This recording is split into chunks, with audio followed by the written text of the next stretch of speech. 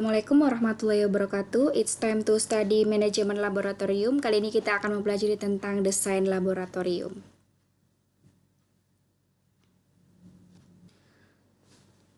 Fasilitas ruang laboratorium fisika sekolah biasanya terdiri dari ruang praktikum, ruang guru, ruang persiapan, dan ruang penyimpanan.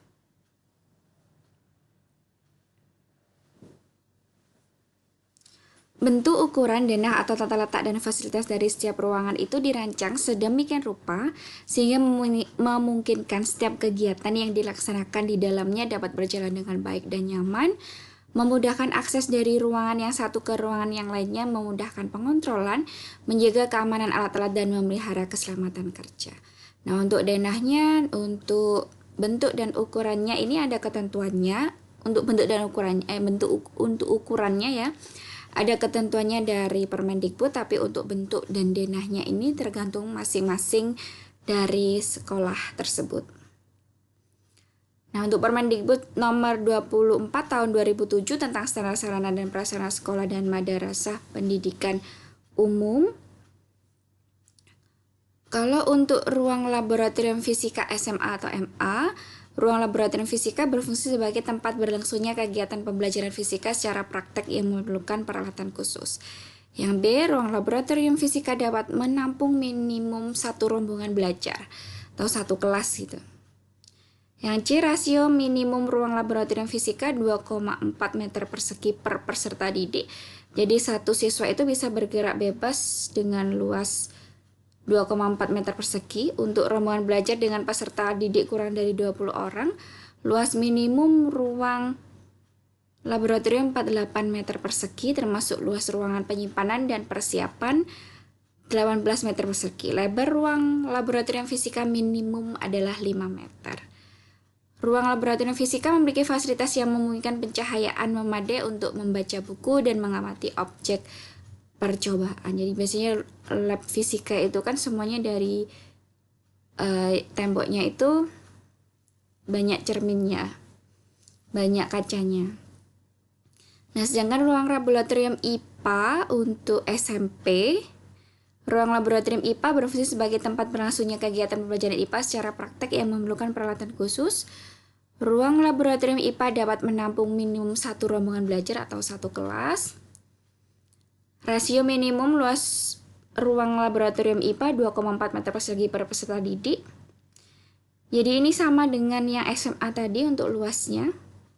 Yang D, ruang laboratorium IPA dilengkapi dengan fasilitas untuk memberi pencahayaan yang memadai dan untuk membaca buku dan mengamati objek penelitian. Jadi pencahayaannya harus memadai. Kalau misalkan pas mendung, tidak ada cahaya matahari, maka perlu diberikan lampu. Lampunya tidak hanya satu, tapi banyak. Yang E, tersedia air bersih. Ini untuk menurut Permendikbud. Nah, sekarang apa saja yang kita pelajari? Jadi di ruang laboratorium itu ada ruang praktikum, ada ruang gurunya, ada ruang persiapan, dan ruang penyimpanan. Yang pertama adalah ruang praktikum. Ruang praktikum merupakan bagian utama dari sebuah laboratorium fisika sekolah. Ruang praktikum adalah ruang tempat berlangsungnya proses pembelajaran fisika di laboratorium. Proses pembelajaran di ruang praktikum menuntut tempat yang lebih luas daripada proses pembelajaran klasikal dalam kelas biasa. Oleh karena itu, luas ruang praktikum harus dapat memberikan keleluasaan bergerak kepada siswa dan guru selama proses pembelajaran. Jadi minimal tadi sudah disebutkan dalam Permendikbud. Luas ruang praktikum harus memperhitungkan jumlah siswa dan guru yang akan melaksanakan proses pembelajaran fisika di dalamnya. Jadi harus memuat untuk satu rombongan belajar. Luas ruang praktikum biasanya antara 1,5 sampai 2 kali ruang kelas. Jadi lab itu pasti harus lebih luas daripada ruang kelas. Fasilitas utama ruang praktikum adalah instalasi listrik. Jadi harus ada instalasi listrik untuk percobaan, demonstrasi penerangan dan lain-lain, instalasi air dengan bak cucinya, dan instalasi gas dan instalasi limbah. Yang B, fasilitas mebeler berupa meja dan kursi praktikum untuk siswa, kursi dan meja demonstrasi untuk guru, di depan itu harus ada. Loker penitipan tas buku siswa dan lemari penyimpanan alat-alat praktikum.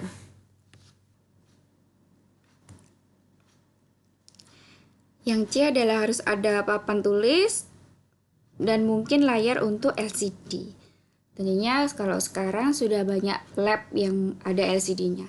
Ventilasi udara yang cukup dapat berupa jendela, langit-langit yang tidak tertutup rapat, atau mungkin ada kipas anginnya.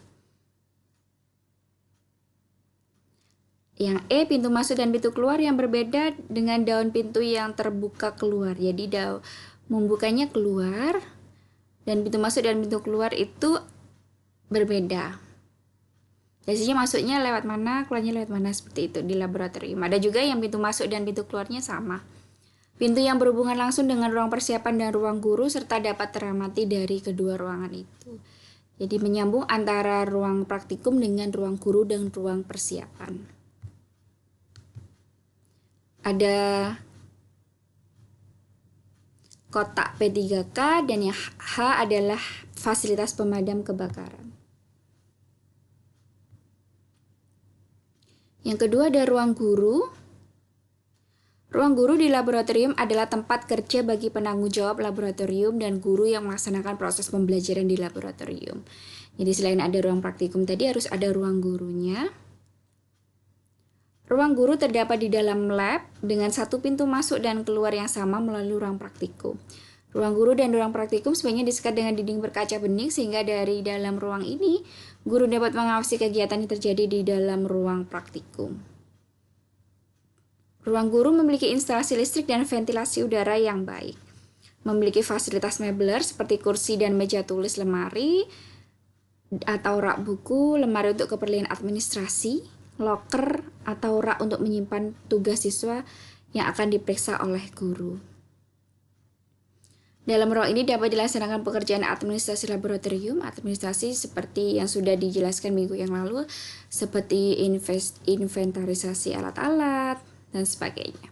Di dalam ruang guru juga dapat melaksanakan pekerjaan akademik laboratorium. Pekerjaan akademik laboratorium ini seperti membuat rencana jadwal, memeriksa pekerjaan siswa.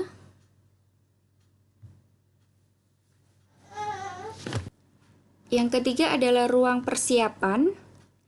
Ruang persiapan adalah ruang yang disediakan untuk melakukan perawatan dan persiapan alat-alat laboratorium. Bila sekolah atau laboratorium memiliki petugas laboran, karena tidak semua memiliki laboran ya, bisa jadi gurunya yang menyiapkan sendiri, ruang persiapan juga dapat digunakan sebagai ruang kerja laboran.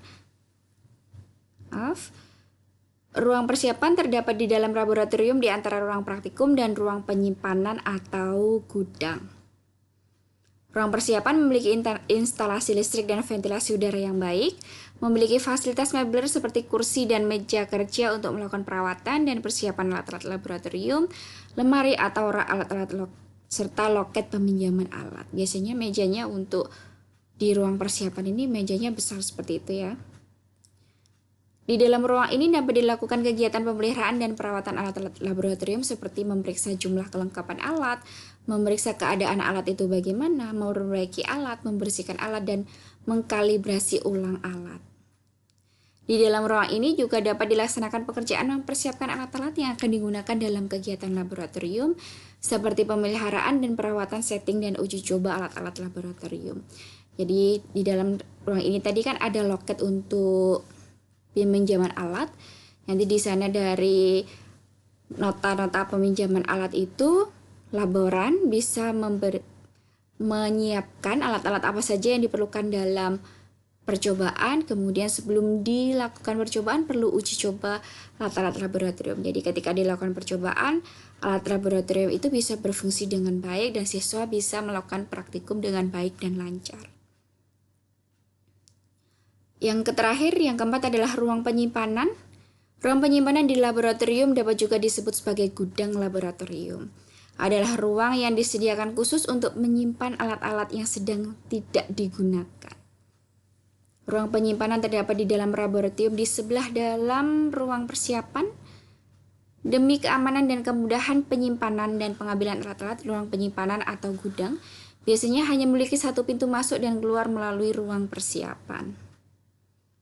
Ruang penyimpanan atau gudang harus memiliki instalasi listrik dan ventilasi udara yang memadai. Jadi semua ruang di laboratorium itu harus listrik dan udaranya harus memadai ya. Ruang penyimpanan memiliki fasilitas mebler seperti macam-macam lemari, alat alat dan bahan-bahan macam-macam rak untuk alat-alat. Nah, ini contoh denah laboratorium. Jadi di sini ruang praktikumnya. Ruang praktikumnya harus lebih luas ya, karena tadi ada minimum lebarnya 5 meter untuk satu orang, 2,4 meter persegi luasnya. Ini ada ruang guru di sini, kemudian ada ruang persiapan dan ada ruang gudang. Jadi kalau tadi dideskripsikan ruang praktikum itu pintunya ada 2. Misalkan masuknya lewat sini, ini pintu masuk, ini pintu keluarnya.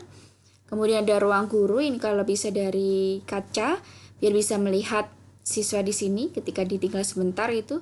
Di sini ada ruang persiapan yang bisa dijadikan ruang laboran juga, dan di sini ada ruang gudang. Apakah bentuknya denahnya selalu seperti ini? Tidak, ini tergantung dari sekolah masing-masing. Tapi ketentuan dari Permendikbud tadi hanya menyampaikan berapa luas dari laboratorium tersebut. Terima kasih. Wassalamualaikum warahmatullahi wabarakatuh.